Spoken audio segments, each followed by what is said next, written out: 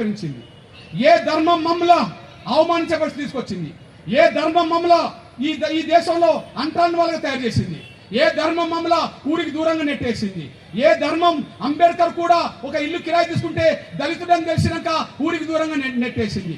ఏ ధర్మం బాబు జగ్జీవన్ రాము ఒక దేవాలయానికి వెళ్తే ఆ దేవాలయానికి వెళ్లకుండా నిరాకరించింది?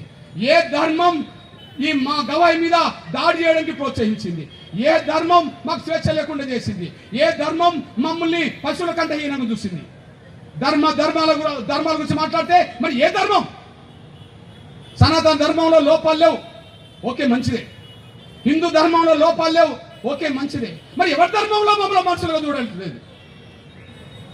సనాతన ధర్మంలో లోపాలు లేవు, ఓకే మీరు చెప్పేది మేము వింటాం, సరే మంచిది. హిందూ ధర్మంలో వివక్షత లేదు, అందరు సమానమే, ఓకే మంచిది. మరి ఏ ధర్మం మమ్మల్ని మనుషులకు చూస్తలేదు? ఏ ధర్మం మమ్మల్ని పశువుల కంటే హీనంగా చూసింది?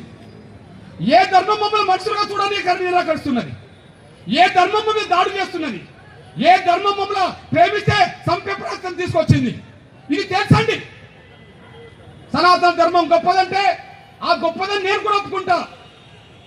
హిందూ ధర్మం గొప్పదంటే ఆ గొప్పదని నేను కూడా ఒప్పుకుంటా. మరి సనాతన ధర్మం గొప్పదైనప్పుడు, హిందూ ధర్మం గొప్పదైనప్పుడు మేము ఎట్లా అంటాను వాళ్ళైనా ఈ దేశంలో? మేము ఎలా అంటాను వాళ్ళైనా ఈ దేశంలో?